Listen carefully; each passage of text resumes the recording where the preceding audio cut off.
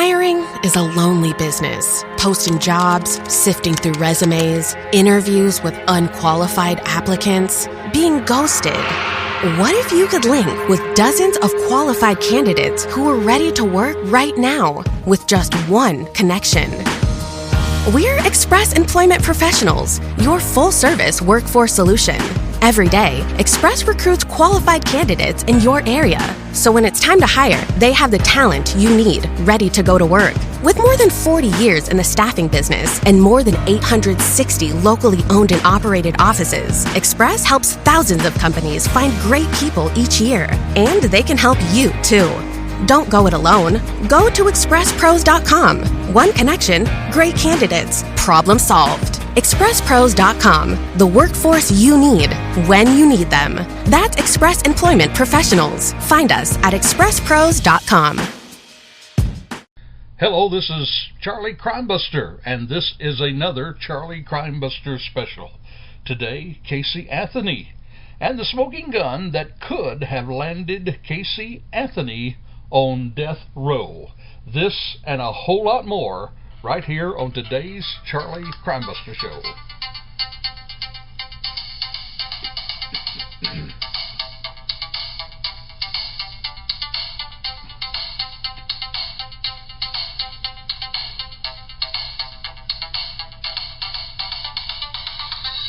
Well, hello and welcome once again to another Charlie Crimebuster Show. Today we're going to be talking about the smoking gun that was overlooked that could have put Casey on death row.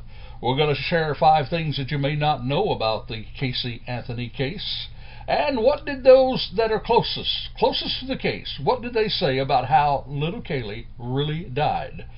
What did the judge say? What did mom and dad say? And we're going to talk about the blame game, who really is to blame, and lessons to learn as usual, and a crazy crook story, and some other stuff that I think you will find interesting. Welcome to the Charlie Crimebuster Crime Talk Show. Well, Time magazine, they described the case as the social media trial of the century. Millions of people around the world viewed the courtroom proceedings that all happened right here in Orlando, Florida. In fact, according to People magazine, 40 million plus tuned in to view the trial. 40 million plus. And it all started with a phone call. Yep, a phone call from a grandmother. Cindy Anthony called 911 on July the 15th, 2008. She said her granddaughter was missing. She also said she had not seen little Caylee for 31 days. She told dispatchers here in Orlando that her daughter's car smelled like a dead body had been in it. And then after some maneuvering to find out just the correct jurisdiction, well, Orange County deputies responded to the Anthony home. It was there that Casey told detectives that she had not seen her daughter for weeks, and that Caylee had been kidnapped by a nanny, a nanny, on June the 9th. She explained to officers that she had been too frightened to report this to the police for fear of her daughter's life being taken. Well, reality unfortunately revealed that this nanny never existed, and this was only the first of many lies that investigators spent vital investigative time running down in this bizarre case. In fact, one too common joke told around here in Orlando was that you could always tell when Casey Anthony was lying. You could always tell she was lying because, well, her lips were moving. Her lips were moving, and you could tell she was lying. She lied when she told the police that she spoke to her daughter Caylee on July the 15th in 2008. She lied when she said she had a job as an event planner at Universal Studios. She even led police to a building down at Universal, and then down the hallway she went, bringing the police with her, showing her where her office was before turning around and finally admitting she didn't even work there. She lied when she said this fictitious nanny, that she was a former girlfriend of Jeffrey Hopkins, and that this Hopkins guy was a boyfriend of hers. She even had a picture of a man and a boy on her cell phone. And she said this was Hopkins and his son. Yet, at the trial, Hopkins testified that he had attended middle school with Anthony, but no, He has no child. He's never met anyone named Zanata Gonzalez, the name of the fictitious nanny. And the lies went on and on and on. And yet the person that really matters, in this true crime story, a little precious girl by the name of Caylee Marie Anthony. Born August 9th, 2005. She was reported missing, but now we know she was already dead at this time. A beautiful little girl whose pictures and videos captured the hearts of a nation as we all watched together the social media trial of the century. Well, in a moment we're going to share with you 5 things that you may not know about the trial of Caylee Anthony. That you may not know. But first, it's time for our own crazy crook story. Hey, we've been having some crazy weather as of lately, and this crazy crook, unfortunately, was not much of an arsonist nor a weatherman. Yeah, it was Greg's Ellsworth here in Florida. Of course, it was here in Florida. Anyhow, he allegedly he tossed a torch. He was going to burn down his neighbor's trailer home because he had it with his neighbor. So he took the torch and he threw it toward his neighbor's trailer home just as the winds shifted, sending the torch and the embers back to his own trailer. And his own trailer burned before his eyes. Well, he was arrested, and I guess it was a pretty good thing. He was arrested, and yes, he was toted off to jail. Probably wasn't all that bad for him. You see, jail, there was some place to sleep, there was some food to eat, and that was probably pretty good, since he no longer had a home of his own to return to. That crazy crook. Well, the moral of this story, crime will come back to haunt you. That's right. Acts of revenge most always cost you more than you are willing or should pay. And hey, to keep from becoming a crime victim, so that you don't have to try to pay somebody back, follow Charlie Crimebuster. That's right, CharlieCrimebuster.com. CharlieCrimebuster.com. We have all kinds of good information there to help keep you safe. Crime prevention ideas that you can look at. We have one paper that we would really love to get in your hands free of charge, and it's a paper of 2018 safety apps that you can put on your telephone, where you can use your phone as your own tool to prevent crime. You can use your own phone as a weapon, if you please, to keep yourself safe. So go today to CharlieCrimebuster.com. Look for that safety paper that gives you all the information you need to find the best safety apps of 2018. Well, back to America's Little Girl. It was the search for Caylee Anthony, America's Little Girl, that caught the world attention. It was a search like no other in the history of missing child searches. On 2 separate occasions in the summer and fall of 2008, for about 3 weeks, 1,500 to 1,800 people, that's right, 1,800 people, descended on Orlando to search for 2-year-old Caylee Anthony. Nearly 2,000 volunteers selflessly spread out through the miles of wilderness and the swamps, trying to find this beautiful little girl. In some cases, they were risking their own lives in the face of snakes and alligators. And those who were physically unable to search, well, they wanted to do their part too, so they would volunteer at the command center.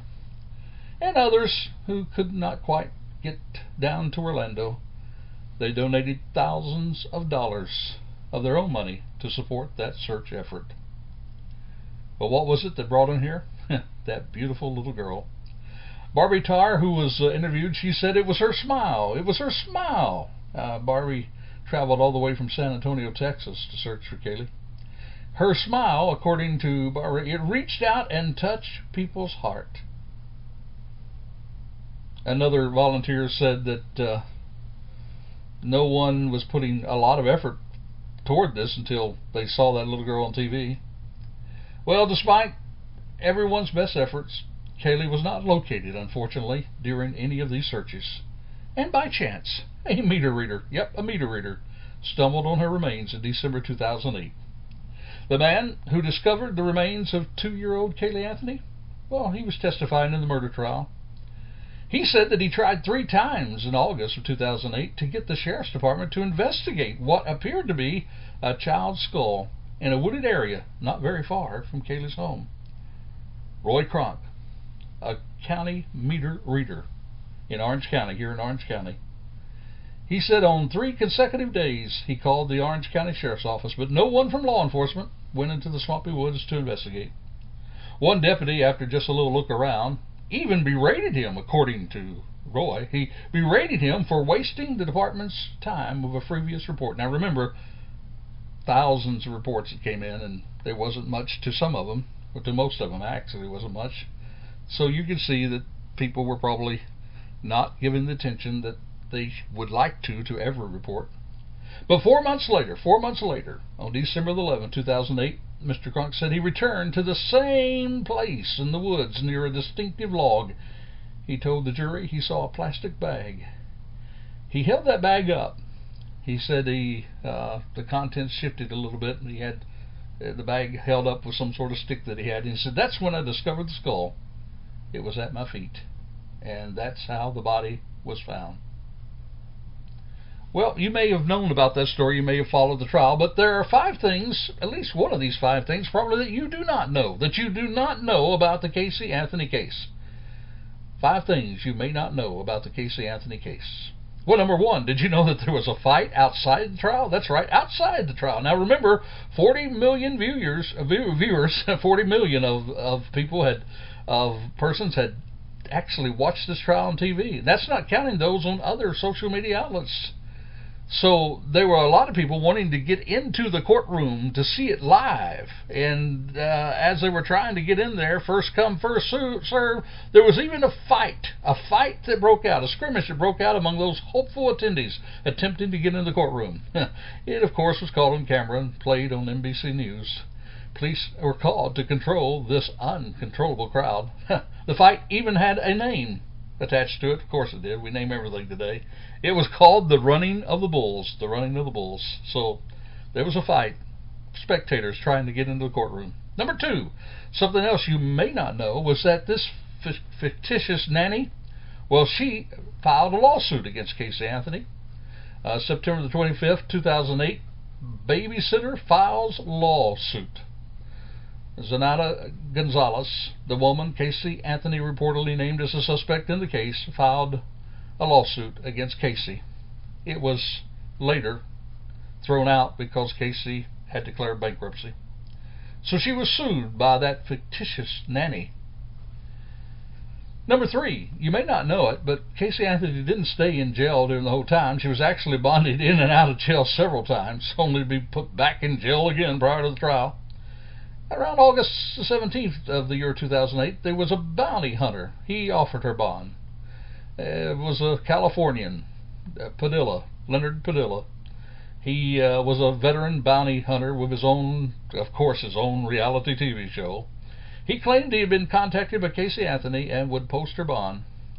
She was out of jail on August 21st, but then she was, after she was released from jail on August 21st, on August 30th, she was returned to jail. She was taken into custody on new charges, including petty theft. On September the 5th, she was released from jail again, only to be put back in jail. September the 29th, she was returned to jail. This time, she was arrested on multiple charges, including child neglect, lying to investigators, petty theft, use of a forged check. All those were not charged in conjunction with her daughter's disappearance, but she was put back into the jail. So this idea that she was in jail the whole time until the trial, nope, she was in and out of jail. And the 4th thing that you may not know, was that the judge that started the case did not end the case. That's right. The first judge, he stepped down from the case on April the 19th, 2010. Judge Stan Strickland. He stated that he had presided over the Anthony case, of course, since it began. He removed himself amid controversy over some positive comments that he made toward a blogger who was writing about the case. And he was quite unique in the way that he wrote his opinion. He said, at its core, defense counsel's motion accuses the undersigned, that's Strickland, of being a self-aggrandizing media hound. Media hound. And he thought that was pretty rich. In fact, the defense attorney was a much more media hound than he ever was, but he realized he should not have said what he did, and he wrote motion granted. So the first judge, Stan Strickland, stepped down. He started the trial, but he didn't finish the trial. Fifth thing that you may not know, particularly if you're not from this area, you may not know that the jury of her peers, the jury of Caylee's peers, were not from Central Florida. That's right, not from here. You see, due to the massive publicity associated with the case, the process of getting the jury together happened in Clearwater, Florida, down on the west coast. Clearwater, Florida, rather than in Orlando, where the crime took place. They were in hope of finding a jury pool untainted by the media attention. And the pool began to shrink as the judge allowed many to go home for financial and family reasons. The would be sequestered perhaps for months, and a lot of jurors said, hey, can't do that and take care of my family. So the jury of the peers was not from Central Florida. Not from Central Florida. Well, a lot of unique things happened in this particular trial, and some things, of course, that we all are very sad that happened, and some things that some people maybe were glad that happened, but it was a very, very, very unique trial. In fact, you could maybe say another name of this trial was the CSI trial of the century. Yep, the CSI trial of the century. You know, because CSI is where it's all happening today, right?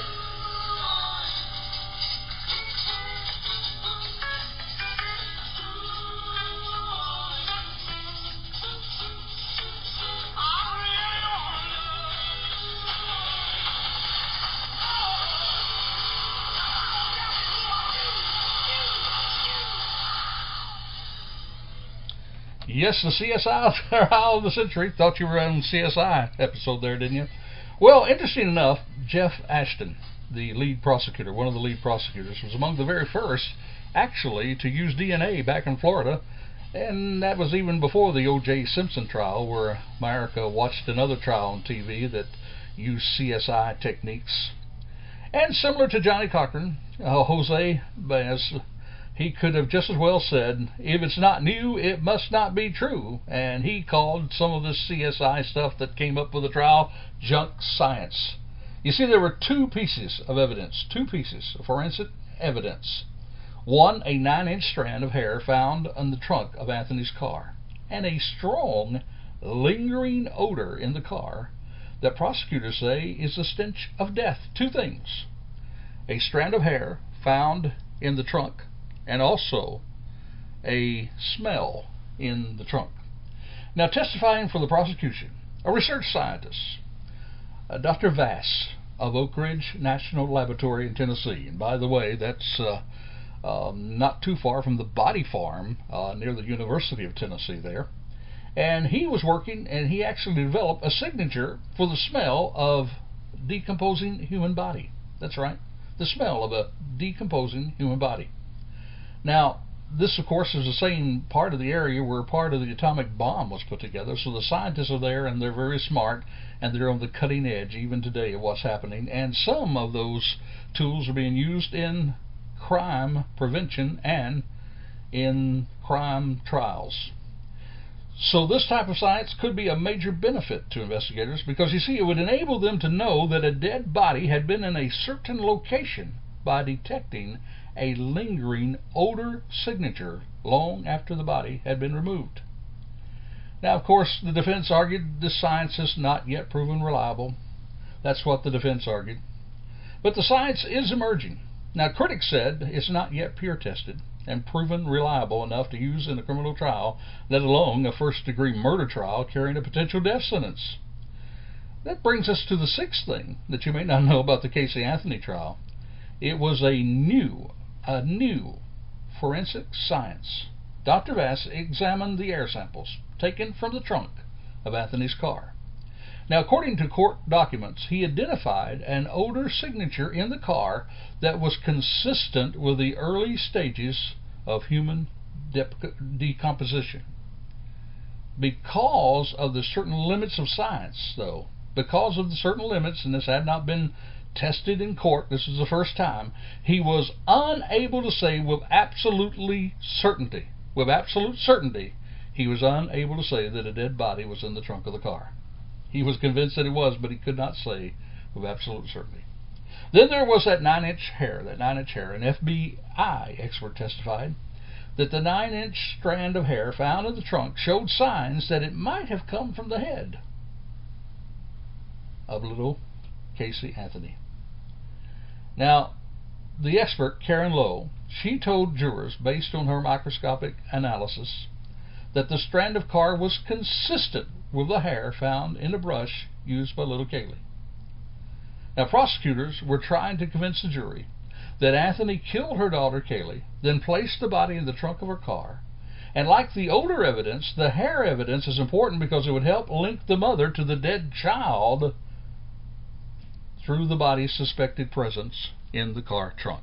So that was a very, very important part of the evidence that the prosecution was bringing before the jury. But even the FBI acknowledged limitations. The FBI expert's testimony came with those limitations. Ms. Lowe, she conceded that she could not testify with measurable scientific certainty that the hair came from a dead body. And more important, she could not say that it came from Caylee's dead body. She really suspected that it did. She had high reason to believe that it did. But again, there's that absolute certainty that she couldn't go to.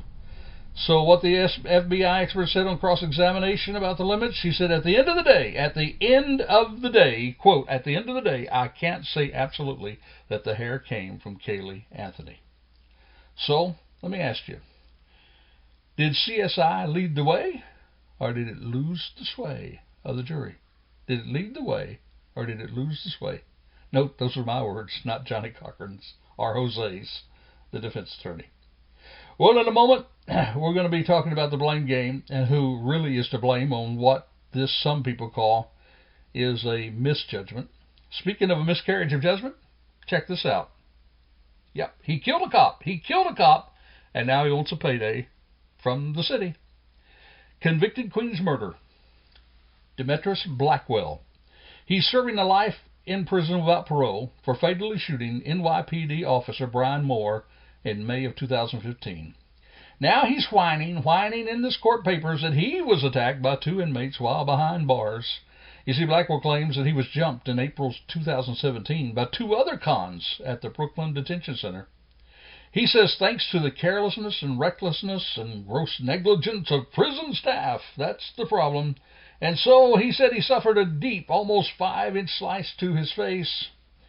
And Blackwell, whom the judge described as a cold, calculating killer who killed this cop, who ruined this cop's family for the rest of their lives.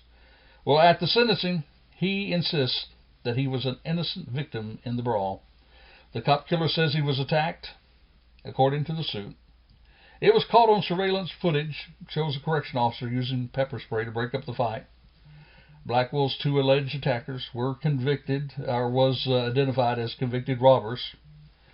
And Blackwell got the book thrown at him when he was sentenced by a Queens judge for shooting Moore, a 5-year department veteran, in the face. Shot him in the face while he was on patrol. He shot and killed this cop. And now he wants money. He's suing money because he was attacked behind bars. Wow. There's a Greek word for that. It's called baloney. Here's a guy who doesn't care about life, kills a cop, and now he wants money. Well, in the same way, there's lots of people who want to blame others for the way that this trial, the Caylee Anthony trial, played out.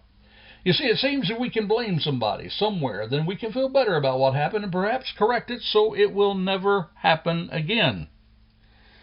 So there was plenty of blame, you see. There was the Orange County deputy that was taken to the site of the body some months before the body was found and somehow missed it.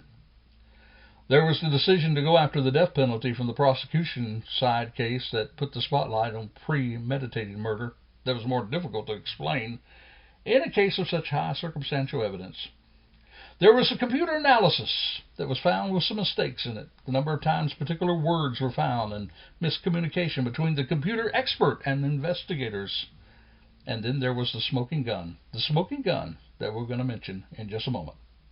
But regardless of what you think of how little Caylee died, her memory, and the disgraceful way her body was thrown out like trash, make no mistake about it, my friend, the person to blame is the mom, Caylee Anthony. Casey Anthony, who would not report that her child was dead. Casey Anthony, who went to the nightclubs and danced the night away. Casey Anthony, who lied and lied and lied while her little girl lay in a garbage heap. That's the person to blame, my friend. That's the person to blame. And there are people out there, though, who do want to do harm. And one of the ways to keep safe is to use your own cell phone. That's right, use it as a weapon in preventing crime. At our website, we've listed some of the best safety apps of 2018. I want to remind you one more time. Go to our website. Go to this particular resource guide for safety apps. Resource guide for safety apps. You click on the resources tab and you'll find it right there to keep your daughter safe, your granddaughter safe, yourself safe at night. Apps for parents, apps for children. Some really good stuff there that will help you. Well, the trial. It began on May 23rd with opening statements. And the trial could well be titled the CSI trial of the century. They gave the closing statements on July the 3rd. The state focused on Anthony's many lies throughout the period her daughter was missing. They discussed the items found with the body, claiming they showed a stranger could not have killed Caylee. They argued that the defense theory of the case that Caylee died in an accidental drowning covered up by her grandfather was illogical. And in the defense, they emphasized holes in the prosecution's case, claiming they did not explain how little Caylee died. And they were trying to play up the line and partying on Anthony's part, to play down on the jury's emotions and turn them against her. They dismissed the explanation of Anthony's motives, alleged by the prosecution that she felt her daughter was in the way of the lifestyle that she wanted. So they argued the statements were completed. The jury began deliberations on July the 5th, 2011. Actually, on the morning of July the 4th, they began deliberating. July the 5th, they picked up where they left off 6 hours a day before. And after 10 hours, just 10 hours of deliberating, the jury in the Casey Anthony case came back with a verdict. Not guilty. Not guilty on all major charges. They found her guilty of 4 counts of giving false information to law enforcement, in which she was charged, but not guilty of the murder and the child abuse accounts. Less than a week was then left in Casey Anthony's sentence. Well, we talked about the blame game, who's really to blame, and we talked about several things, but there was what I call a smoking gun. A smoking gun that a lot of people are not aware of. Before we get to the smoking gun, what did others say about what really happened? There were several people who spoken out, some who have a great deal of credibility within their own opinion of what happened to precious Caylee and how she died. Her parents, on a news special just a couple of weeks ago, George and Cindy Anthony, they shared their own opinion. You can pretty well tell they were divided about how it happened. Cindy believes that little Caylee died by accident in the pool. George thinks that Casey was giving something to Caylee to put her to sleep, bordering on the accidental, both of them. As far as the 2 top lawyers on each side, well, the defense lawyer, he cast doubt on the case by alleging George Anthony covered it all up, that Caylee drowned in the pool. The prosecutor believed that she intentionally killed Caylee by putting duct tape over her mouth. And the judge, well, Judge Belvin Perry, who ruled the case, he stated sometime after the trial and after he retired from the bench that he felt there was enough evidence to convict, but that the defense attorney did his job alleging doubt as well. His personal opinion was Casey tried to put little Caylee to sleep and used too much chloroform. Before you give me your opinion, though, think with me about the smoking gun. The smoking gun that came after the trial. That's right, after the trial. You see, a jury may not have acquitted Casey Anthony of the drowning death of her daughter if they knew that she Googled, get this, she Googled foolproof suffocation. Foolproof suffocation on the last day little Caylee was seen alive. It's the latest example of Google search history becoming evidence in a murder case. But this time the digital footprints were found too late, and the suspect had already been set free. Orlando's station, WKMG-TV, said police overlooked a very key piece of evidence. Someone had Googled search foolproof suffocation from the Anthony family computer on June 16th, the day Caylee disappeared. A book about the case by Anthony's defense lawyer previously reported someone made the search, but he had the timing off. The book suggested that Caylee's father had Googled the murder method, but now WKMG reported that the search happened an hour later, after George Anthony may have already been at work, and Casey is the one that's likely who have typed it in. You see, whoever conducted the Google search searched for the term foolproof suffocation, misspelling suffocation, and then clicked on an article about suicide that discussed taking poison put in a bag over one's head.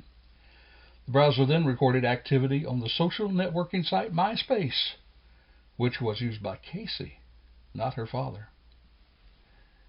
You see, if a mother had Googled that a way to suffocate someone on the last day anyone saw her daughter alive, that jury might have concluded differently. That, my friend, is what we call a smoking gun. And now that you know that, what would your vote be if you were on that jury?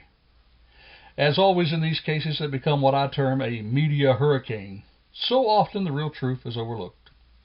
And that is a precious, beautiful child lost her life. She will not have her very first date, the first kiss. She'll not graduate from high school, as many recently have this time of the year. She will not have the joy of walking down the aisle with the partner of her life. All of this she will never see. And in concluding, 3 quick lessons. Number 1, children are a gift from God. Psalm 127:3 in the Bible says, Lo, children are an heritage of the Lord. The fruit of his womb is his reward. Verse 5 of the same psalm, Happy is the man who hath his quiver full of them. The quiver was a pouch that protected the arrows, and we too are to protect the little ones that God entrusts to us. My friend, protecting children is not an option. It is a sacred duty. Number 2, unfortunately, as I speak these very words, there are children right here in America that are being abused. And the type of abuse some kids are facing right now leaves no room for any doubt whatsoever. So please hear me and hear me well. If you know something about a child being abused, shame on you if you don't say something. Their pain, their blood, and even their death may be on you if you know something and do not reveal it to proper authorities. Children are mostly defenseless. Depend on you to protect them. Call the Child Abuse Hotline, 1-800-422-4453, 1-800-422-4453, the Child Abuse Hotline, or go to childhelp.org, childhelp.org.